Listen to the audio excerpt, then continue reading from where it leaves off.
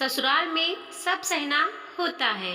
विधि, जरा जल्दी से उठ जा और रसोई में आकर मेरी मदद कर। रेणुका जी ने रसोई से आवाज लगाते हुए कहा। विधि आधी नींद में ही थी। उसकी आंख ही नहीं खुल रही थी। वो कोशिश कर रही थी, पर कैसे उठती। रात को 1 बजे सोई थी और सुबह 6 बजे कैसे नींद खुल जाती। पर मम्मी की आवाज पर आवाज आ रही थी। सोने दो बच्ची को, रात को देर से सोई है। पापा, उमेश जी अखबार पलटते हुए बोले। हाँ, लाड लडा लो। अब ससुराल जाने वाली है, वहाँ भी ऐसे सोएगी तो घर कौन संभालेगा। वहाँ तो सासू माँ को बस काम ही चाहिए होगा। बहू ऐसे सोती रहेगी तो पूरा घर भूखा ही रह जाएगा।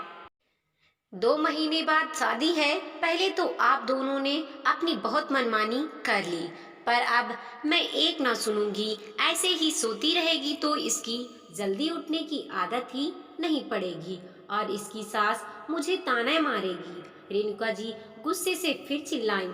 विधि, जल्दी उठकर आ जा, 6 बज गए हैं।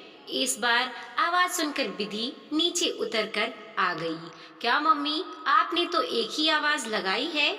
रात को इतनी देर से सोई थी तो सुबह जल्दी नींद कैसे खुलेगी। नींद आ रही है और रोज तो बिस्तर पर चाय देती हो, आज नहीं दोगी क्या।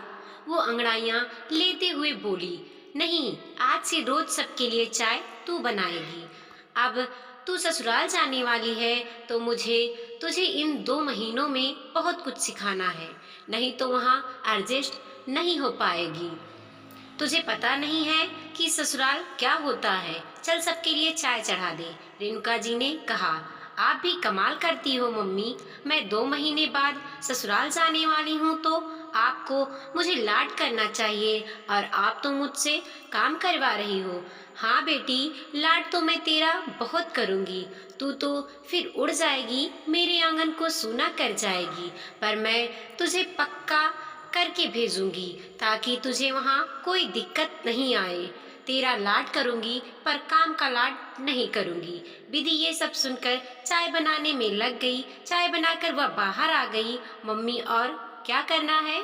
मुझे अपने कमरे में जाना है, ऑफिस का काम है, रात को पूरा नहीं हो पाया था। और मम्मी, अब जमाना बदल गया है।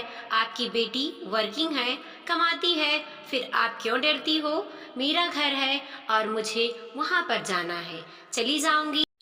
आप ज्यादा ही चिंता करती हो। विधि ने गर्दन में बाहें डालते हुए कहा।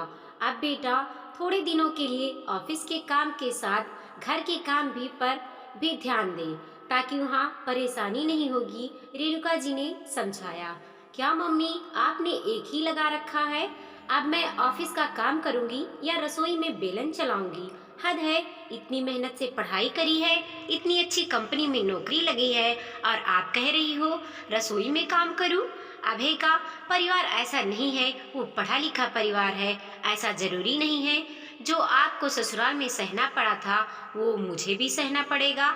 मैं आत्मनिर्भर हूँ, आज के ज़माने की लड़की हूँ।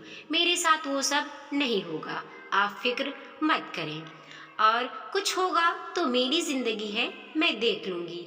आप सबको परेशान नहीं करूंगी। यह कहकर विधि पैर पटकते हुए चली गई। आप देख लिया कैसी मुंहफट है, कमाने क्या लग गई, मुझे जवाब देती है। अभी ये अपने ही सपने में उड़ रही है। इसको पता नहीं है ससुराल क्या होता है। जब ससुराल वालों से सामना होगा तब अकल ठिकाने आएगी। विधि ने अपनी मम्मी की एक बात नहीं सुनी और अपने ऑफिस और शादी की शॉपिंग में व्यस्त रही। शादी के दिन भी विधि बहुत खुश थी और आने वाले जीवन के सुनहरे सपने सजोने में लगी हुई थी। जब विदाई की घड़ी आई तो रेणुका जी फूट फूट कर रोने लगी। मम्मी, आप तो ऐसे रो रही हो जैसे वहाँ मुझे सब मार डालेंगे। आपकी बेटी बहुत मजबूत है, आपकी बेटी आत्मनिर्भर है। और विधि हंसते मुस्कुराते हुए ससुराल चली गई। विधि और अभय एक ही ऑफिस में काम करते थे। दोनों एक दूसरे को पसंद करने लगे थे और घर वालों की सहमति से दोनों ने शादी करने का फैसला किया। विधि एकल परिवार में पड़ी बड़ी खुले विचार की लड़की थी और अभय संयुक्त परिवार में पला बड़ा था, पर दोनों के बीच में प्यार हुआ और दोनों ने साथ जीने मरने का फैसला किया। अभय के घर में उसकी दादी, मम्मी, पापा, ताई जी, ताऊ जी, एक छोटा भाई और एक बहन थी। विधि ससुराल में पहुंची तो उसका भव्य स्वागत हुआ। अगले दिन चौका पूजन की रस्म थी। उसने सोचा था कि वह यूट्यूब से देखकर हलवा बना लेगी, पर वो भी ढंग से नहीं बना पाई। सास ने तो कुछ नहीं कहा, पर दादी सास और ताई सास ने मुंह बना लिया। बहू को केवल कमाना ही आता है या कुछ बनाना भी आता है? यह सुनकर विधि को बहुत बुरा लगा। रात को कमरे में वो अभय को बोली, हलवा इतना भी बुरा नहीं बना था। दादी जी ने तो मुझे आज ताना दे मारा। मैं एक आत्मनिर्भर लड़की हूँ, रोज रोज के ताने नहीं सुनूंगी। अभय ने उसे समझाया कि दादी पुराने जमाने की हैं, फिर लड़की को ससुराल में तो सबको सुनना ही पड़ता है। तुम्हारा क्या मतलब है? ससुराल में सबको सुनना ही पड़ता है? मैं कमजोर नहीं हूँ जो सबके ताने सुन लूंगी। मुझे जवाब देना आता है। अभय विधि को शांत कराते हैं, फिर कहता है, सोने से पहले अलार्म लगा लेना। तुम्हें जल्दी उठना होगा, नहीं तो दादी और ताई जी गुस्सा हो जाएंगी। यह सुनते ही विधि भड़क उठती है। कल तो संडे है और हमें ऑफिस भी नहीं जाना है, तो मैं जल्दी उठकर क्या करूँगी? विधि, मुझे तो मम्मी ने कहा था, मैंने तुम्हें कह दिया, आगे मुझे पता नहीं। तब विधि को अपनी मम्मी की बात याद आई कि ससुराल में जल्दी उठना पड़ता है। उसने बेमन से अलार्म लगाया और सो गई। सुबह बड़ी मुश्किल से उठी और कमरे से बाहर आ गई। तभी ताई सास बोली, बहू जल्दी से नहाकर आ जा और रसोई संभाल ले। सबके लिए चाय नाश्ते की तैयारी कर ले और बाथरूम का दरवाजा जरा धीरे से खोलना। अभय की नींद खराब नहीं होनी चाहिए। यह सुनकर विधि स्तब्ध रह गई। अभय और वो दोनों ही एक साथ ही सोए थे, एक ही ऑफिस में काम करते हैं, फिर भी अभय की नींद खराब नहीं होनी चाहिए और उसकी नींद का क्या? विधि तैयार होकर आ जाती है। तभी रसोई में से सास आती है और कहती है, नाश्ते में इडली सांभर बना लो, अभय को बहुत पसंद है। और दादी जी के लिए दलिया बना देना। तुम्हारे ताऊ जी के लिए थोड़ा सा उपमा बना देना और देवर विजय के लिए प्रोटीन शेक और ननद टीना के लिए वेजिटेबल ओट्स बना देना। तुम तैयारी में लग जाओ और कुछ सामान चाहिए तो बताना, मैं मंदिर जा रही हूँ। सबसे पहले सबके लिए चाय चढ़ा दो। विधि की बात सुने बिना ही उसकी सास चली गई। थोड़ी देर बाद ताई सास आती हैं। बहू अभी तक भी चाय नहीं बनाई? विधि चाय तो बना देती है पर आगे कुछ काम नहीं करती, सबको चाय पकड़ा देती है। इतने में सास पूजा करके आ जाती है। बहू नाश्ते की भी तैयारी साथ में कर लेती। अब बहू को इतनी फुर्ती तो रखनी चाहिए। इतने में अभय उठकर आ जाता है। विधि भी चाय पी रही होती है तो दादी सास बोलती हैं, बहू पहले अभय को चाय दे देती, तू तो बाद में पी लेती। विधि चुप रह जाती है। उसे अपनी मम्मी रेणुका जी की बात याद आती है। ससुराल में तो सबको सहना होता है, चाहे जमाना कितना ही बदल क्यों ना जाए। लेकिन विधि हिम्मत जुटाती है और सबके सामने बोल देती है, मुझे खाना बनाना नहीं आता है। मैं हमेशा ही पढ़ाई लिखाई और नौकरी में व्यस्त रही हूँ, तो ये सब चीज़ें नहीं सीख पाई। मुझसे ये सब नहीं होगा। फिर मैं अपनी नौकरी करूँगी या रसोई संभालूंगी। रसोई पहले की तरह मम्मी जी और ताई जी ही संभाले, मुझसे ये सब नहीं हो पाएगा। यह सुनते ही सब चौंक जाते हैं। तभी दादी सास बोलती हैं, बहू नौकरी करती है, हमें भी पता है, पर तेरी माँ ने तुझे खाना बनाना नहीं सिखाया। ये तो हर लड़की को आना चाहिए, ये भी जरूरी है, वरना अपने पति और बच्चों को क्या बनाकर खिलाएगी। दादी जी मैं कमाती हूँ, अपने पैरों पर खड़ी हूँ, तो अपने परिवार का ध्यान रख लूँगी, पर मुझसे पुरानी बहू जैसे करती थी वैसे कोई उम्मीद नहीं करना। अभय, तुमने भी मुझसे झूठ बोला, अपने परिवार के बारे में सच नहीं बताया, मुझे भरम में रखा। तुम्हें तो किसी घरेलू लड़की से शादी करनी चाहिए थी जो तुम्हारे घर संभाल लेती, जो तुम्हारे आगे पीछे घूमती रहती। मुझसे ये सब उम्मीद मत रखना। मैं पहले की बहुओं की तरह सब कुछ सहने नहीं वाली हूँ। ससुराल को मैं अपना घर समझ कर आई थी, पर मुझे नहीं पता था यहाँ तो सब मुझसे इतनी अपेक्षा लगाकर बैठे हैं। मैंने पढ़ाई लिखाई करी, अपने पैरों पर खड़ी हुई, पर ये सब चकरी करूंगी तो ऑफिस का काम कब करूंगी? आप लोग एक खाना बनाने वाली रख लें, उसके पैसे मैं दे दूंगी, पर चूल्हे चौके में अपनी पढ़ाई और करियर बर्बाद नहीं करूंगी। विधि अपनी बात कहकर कमरे में आ जाती है और चुप बैठ जाती है। तभी अभय आता है। विधि, यह क्या तरीका है सबसे बात करने का? ससुराल में हर लड़की को कुछ न कुछ सहना पड़ता है, वो चाहे घरेलू हो या पढ़ी लिखी नौकरी पेशा हो। थोड़े समझौते तो हर लड़की को करने होते हैं।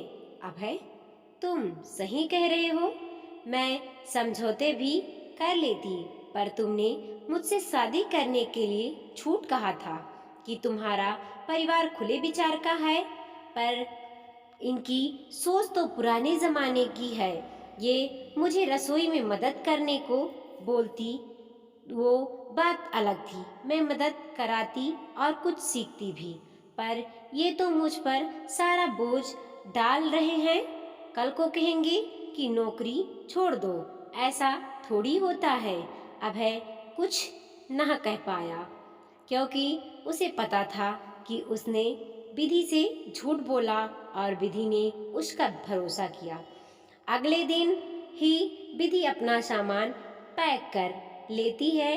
अभय, मैं जा रही हूँ, मैं इस तरह के घुटन भरे माहौल में नहीं रह पाऊंगी। तुम भी मुझे नहीं समझते हो, मैं तो तुम्हारे भरोसे ससुराल आई थी। जब पति ही पत्नी का साथ ना दे तो पत्नी कितनी अकेली रह जाती है। एक पति का सहारा मिले तो पत्नी ससुराल में भी रह सकती है, सब कुछ सह सकती है, पर पति का सहयोग और सहारा जरूरी होता है। विजय भैया भी नौकरी करते हैं, वो भी तो शालिनी को पसंद करते हैं। वो भी कल को बहू बनकर इस घर में आएगी तो वो ऐसे माहौल में कैसे रह पाएगी जहाँ पढ़ाई और नौकरी से ज़्यादा बहू को रसोई में क्या आता है और क्या नहीं ये जरूरी समझा जाता है। टीना भी तो नौकरी करती है, वो भी अपने लिए नौकरी वाला लड़का ढूंढेगी। कल को वो भी ससुराल जाएगी तो वो ये सब सहन करेगी तो आप सबको बुरा लगेगा। बेटी के लिए दर्द आएगा तो वो ही दर्द बहू के लिए क्यों नहीं आ सकता है? मैं नहीं मानती कि ससुराल में लड़की को सब सहना होता है। पहले की लड़कियां उपेक्षित थी, कमजोर थी, आत्मनिर्भर नहीं थी, तो सब सहन करके चलती थी। ससुराल वालों के हाथों की वो कठपुतली बन जाती थी, जैसे कहा वैसे कर दिया। पर मैं आजकल के ज़माने की हूँ, फिर मैं भी यही सब दकियानूसी बातें सहन करूँगी तो मेरी पढ़ाई लिखाई और आत्मनिर्भरता का क्या फ़ायदा? अभय और विधि की बातचीत सुनकर सभी आ जाते हैं। तभी विजय बोलता है, मम्मी भाभी सही कह रही हैं, वो नौकरी करेंगी कि सुबह रात खाना बनाने में लगी रहेंगी। मैं भी शालिनी को पसंद करता हूँ और उसी से शादी करूँगा, वो भी नौकरी पेशा है। कल को आप जो व्यवहार भाभी के साथ कर रहे हो वही सब परिवार की छोटी बहू के साथ भी करोगे। बहू केवल घर में खाना बनाने के लिए नहीं आती है, उसकी अपनी जिंदगी भी होती है, जो शादी होते ही ससुराल आते ही चूल्हे में झोंक दी जाती है। तभी ननद टीना भी बोलती है, विजय भैया सही कह रहे हैं, मैं भी यह सब बातें नहीं मानूंगी। मेरी अपनी जिंदगी होगी तो मैं इस तरह से रसोई में बर्बाद नहीं करूंगी। अभय की दादी, ताई जी और मम्मी कुछ ना कह पाते हैं और खाना बनाने वाले रखने के लिए मौन स्वीकृति दे देते हैं। थोड़ी देर बाद रेणुका जी का फोन आता है। विधि बेटा, क्या हुआ? तू घर पर आ रही थी, कोई परेशानी थी क्या? तूने बताया भी नहीं। मम्मी, कोई परेशानी नहीं थी, सब कुछ ठीक है। आपसे मिलने का मन था। अब अगले रविवार को आऊंगी। मैंने सब संभाल लिया है। मैं कमजोर नहीं हूँ, आत्मनिर्भर सा सकती हूँ, अपनी बात कहना जानती हूँ। मम्मी, ससुराल में सब सहना नहीं होता है, बल्कि कहना भी होता है। और विधि मुस्कुरा दी। दोस्तों, पहले के ज़माने और अब के ज़माने में जहाँ हर चीज़ में बदलाव आया है, तो बहुओं की बदलती स्थिति को भी स्वीकार करना चाहिए। वीडियो पसंद आया हो तो लाइक कीजिए, कमेंट कीजिए और अपने दोस्तों के साथ ज़रूर शेयर कीजिए। चैनल पे नए हैं तो प्लीज़ सब्सक्राइब कीजिए और देखते रहिए मोटिवेशनल स्टोरी।